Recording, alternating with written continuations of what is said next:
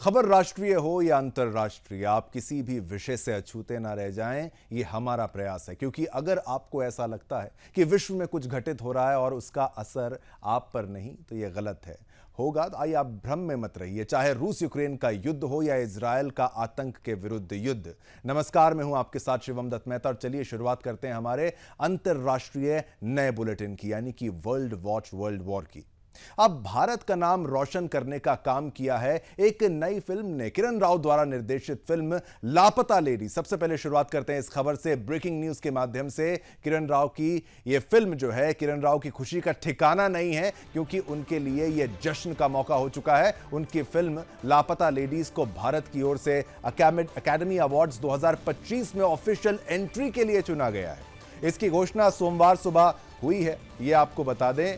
तो ये अपडेट आज के लिए सबसे बड़ी खबर लापता लेडीज के लिहाज से, क्योंकि ऑस्कर में ऑफिशियल एंट्री अब लापता लेडीज की हो चुकी है। 29 फिल्मों की लिस्ट में चुनी गई है लापता लेडीज और फिल्म फेडरेशन ऑफ इंडिया ने इस बात की पुष्टि भी कर दी है।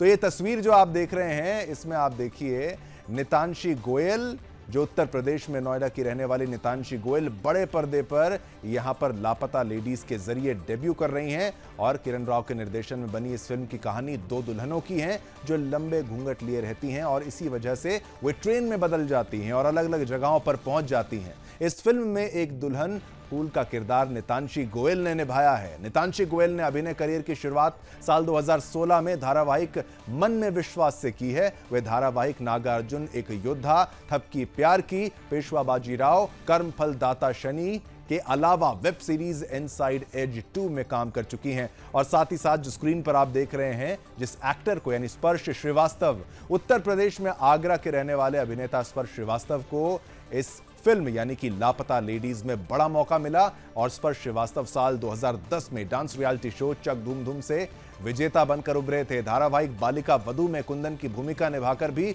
सुर्खियां बटोर चुकी हैं। तो लोगों का सही तरीके से उनकी तरफ ध्यान वेब सीरीज जामताड़ा में आया।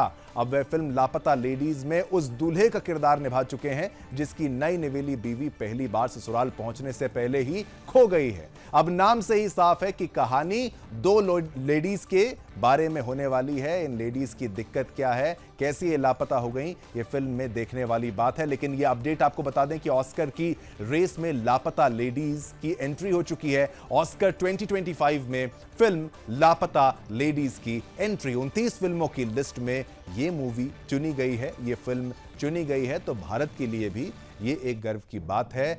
ऑफिशियल ये हो चुका है, फिल्म फेडरेशन ऑफ इंडिया के द्वारा इसकी पुष्टि कर दी गई है।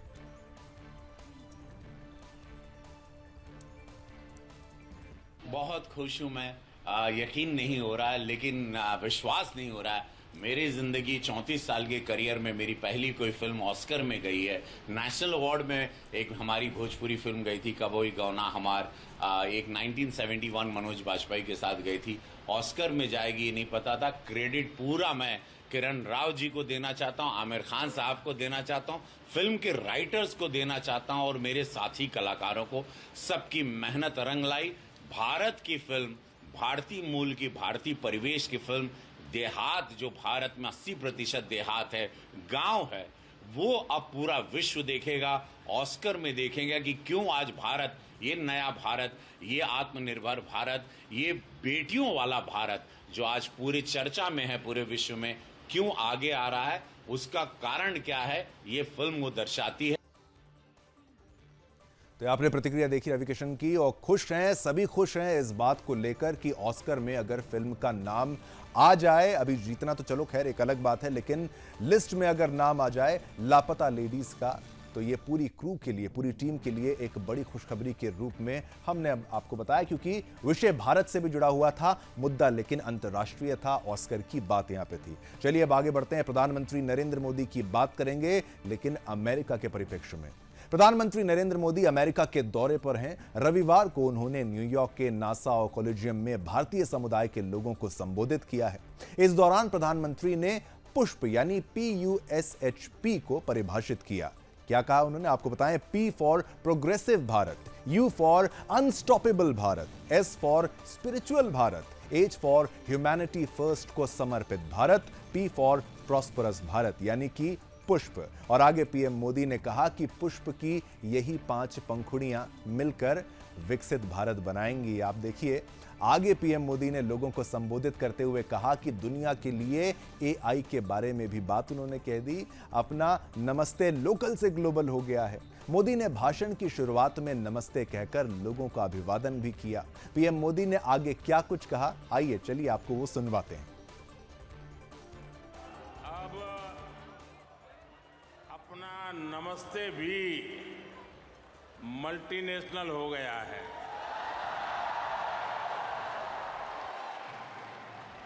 लोकल से ग्लोबल हो गया।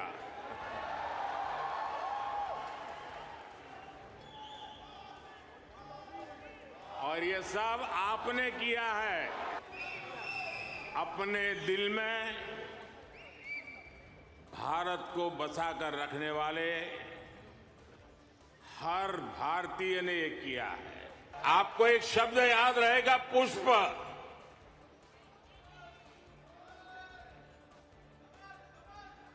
हाँ, कमल मान लीजिए, मुझे इतराज नहीं है।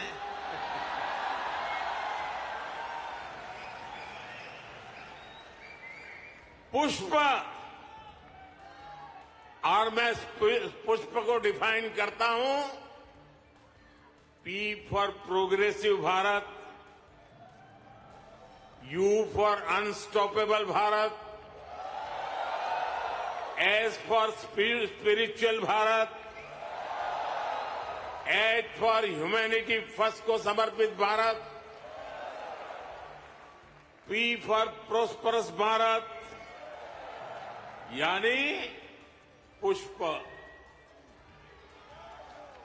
पुष्प की 5 पंखुड़ियों को मिलाकर ही विकसित भारत बनाएंगे।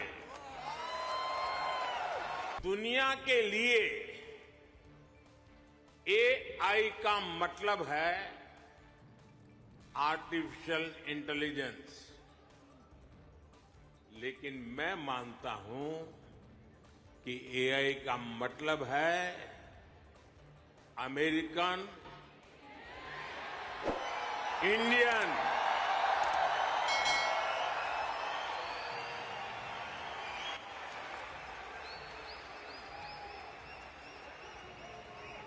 अमेरिका इंडिया, ये स्पिरिट है। और वही तो नई दुनिया का एआई पावर है।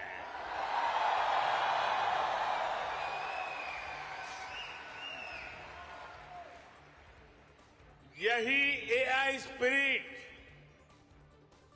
भारत अमेरिका रिश्तों को नई ऊंचाई दे रहा है। अब तो एआई को अमेरिका, इंडिया और पुष्प की भी परिभाषा पीएम मोदी के द्वारा कह दी गई। और जब ये पुष्प की चर्चा कर रहे थे तो मेरे मन में भी ये विचार आया कि देखिए, भारत केवल एक पुष्प नहीं, एक फायर है, फ्लावर नहीं, एक फायर के रूप में। और इसी का नेतृत्व करते हुए प्रधानमंत्री नरेंद्र मोदी अमेरिका में नजर आ रहे थे। आगे बढ़ते हैं, वो भी आपको बताते हैं और क्या कुछ हुआ। प्रधानमंत्री नरेंद्र मोदी ने अमेरिका के शीर्ष तकनीकी कंपनियों के सीईओज के साथ न्यूयॉर्क में आयोजित एक राउंड टेबल में भारत की उभरती वैश्विक तकनीकी और नवाचार केंद्र के रूप में बढ़ती स्थिति को उजागर किया। 3 दिवसीय अमेरिकी यात्रा के दूसरे दिन यानी रविवार को प्रधानमंत्री ने इस बैठक में भारत के सेमीकंडक्टर क्षेत्र, इलेक्ट्रॉनिक्स और कार्यबल विकास में हुई प्रगति को रेखांकित किया है। उन्होंने कहा कि भारत वैश्विक अर्थव्यवस्था में एक प्रमुख भूमिका निभाने के लिए प्रतिबद्ध है। पीएम ने कहा कि भारत 5 साल में दुनिया की तीसरी सबसे बड़ी अर्थव्यवस्था होगा। ये लक्ष्य हमने अपने तीसरे कार्यकाल में हासिल हम जो है वो कर लेंगे। आगे पीएम ने क्या कुछ कहा, आइए आपको वो भी सुनाते हैं। विश्व की सबसे तेजी से ग्रो करने वाली इकोनॉमी है। पिछले दशक में Bharat reform, perform and transform इस मंत्र को लेकर के आगे चला है। और पिछले दिनों का अनुभव से हमें लगता है कि इसमें हम गति जितनी ज्यादा बढ़ाएंगे, उसका फलक जितना ज्यादा हम विकसित करेंगे और जरूरत के आधार पर हम रिफॉर्म को बल देंगे, तो शायद हम और अधिक परिणामकारी होंगे। तो हमारा ध्यान इन दिनों उन बातों पर ज्यादा है। आज का भारत एम्बिशियस सपने देखता है और उन्हें पूरा करने का भरसक प्रयास भी करता है। आज भारत विश्व की 5वीं सबसे बड़ी इकोनॉमी है, विश्व की सबसे तेजी से ग्रो करने वाली इकोनॉमी है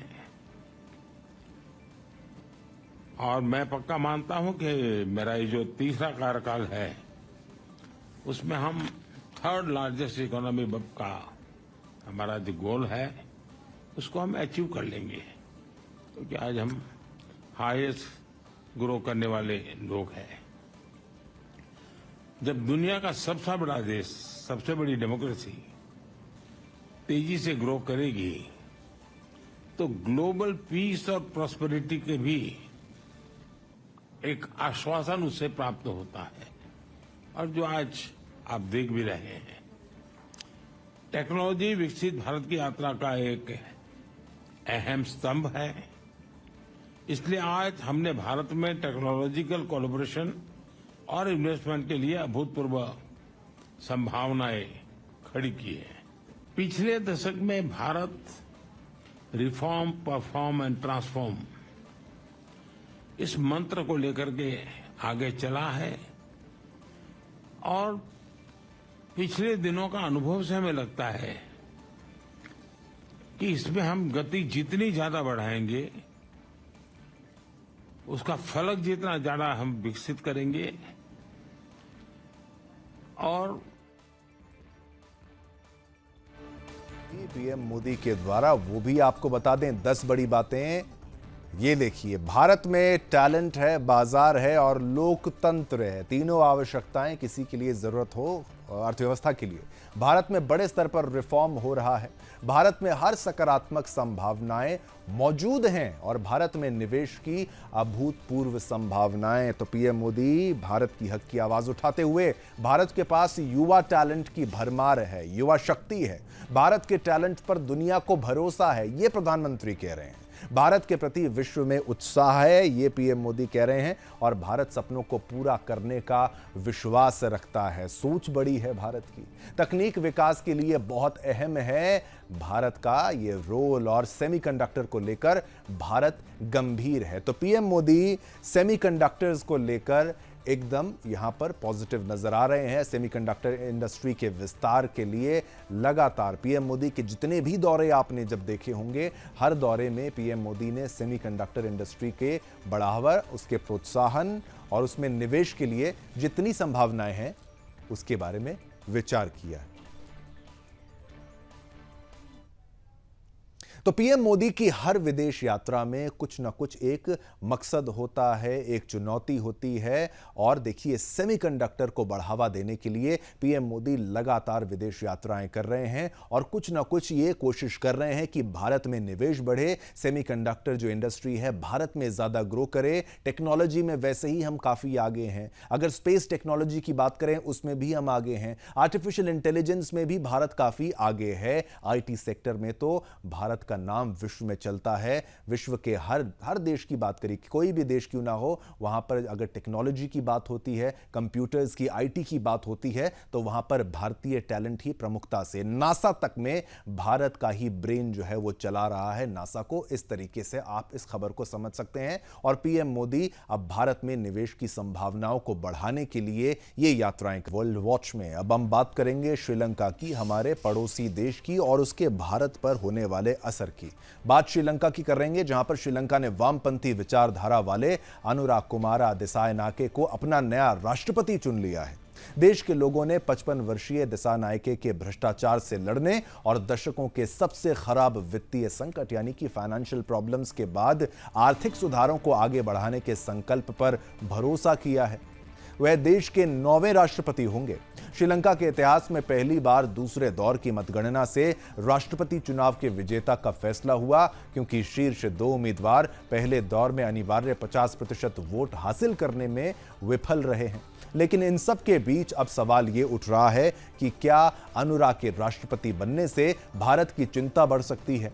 भारत को पड़ोस से पहले ही 2 झटके लग चुके हैं। पहला मालदीव्स में मुइज़्ज़ू के सत्ता में आने से और दूसरा बांग्लादेशी सत्ता में उलटफेर होने से। अब श्रीलंका में भी नए राष्ट्रपति आ चुके हैं। अनुरा कुमारा दिसानाके सीधे सीधे तो नहीं, लेकिन कई बार चीन के पक्ष में बात करते दिखे हैं। तो क्या एक और अच्छे पड़ोसी के साथ हमारे रिश्ते तनाव में आ सकते हैं? यह सवाल है जो अब हर किसी के जहन में आ रहा है। श्रीलंका के दिवालिया होने के बाद यह पहला राष्ट्रपति चुनाव था जिसमें अनुरा कुमारा दिसानाके ने जीत हासिल की है। ये पहले मार्क्सवादी लीडर हैं जो इस देश में इतने बड़े पद तक पहुंच चुके हैं। श्रीलंका पिछले 2 सालों से राजनीतिक के साथ साथ आर्थिक उठापटक से भी जूझ रहा है। अब प्रेसिडेंट दिसानाके पर दोहरी जिम्मेदारी होगी, लेकिन साथ ही साथ ये बात भी कि भारत और चीन को लेकर उनका रवैया कैसा रहेगा। दिसानाके के सामने कई चुनौतियां हैं, जिसमें सबसे बड़ी है साल 2022 में आई अस्थिरता को दूर करना, लेकिन साथ ही साथ उन पर फॉरेन पॉलिसी में संतुलन का भी दबाव रहेगा। इससे पहले की सरकारों के विदेश नीति भारत और चीन दोनों को समान पल्ले में रखने की कोशिश तो करती थी, लेकिन कहीं ना कहीं भारी निवेश और उस पर कर्ज के चलते चीन का पलड़ा भारी होता रहा। अब मामला और अलग होगा। इसकी एक वजह सेंटर की राजनीतिक विचारधारा भी है। श्रीलंकाई राष्ट्रपति अपनी वामपंथी विचारों के लिए जाने जाते हैं, वहीं हमारे यहां सत्ता का झुकाव दक्षिण पंथ की तरफ माना जाता है। ऐसे में विचारधारा बीच में आ सकती है, ये डर तो बना ही रहेगा। हालांकि श्रीलंका में सत्ता में आए गठबंधन एनपीपी की नेशनल एग्जीक्यूटिव कमेटी के सदस्य अनिल जयंता इससे इनकार करते हैं।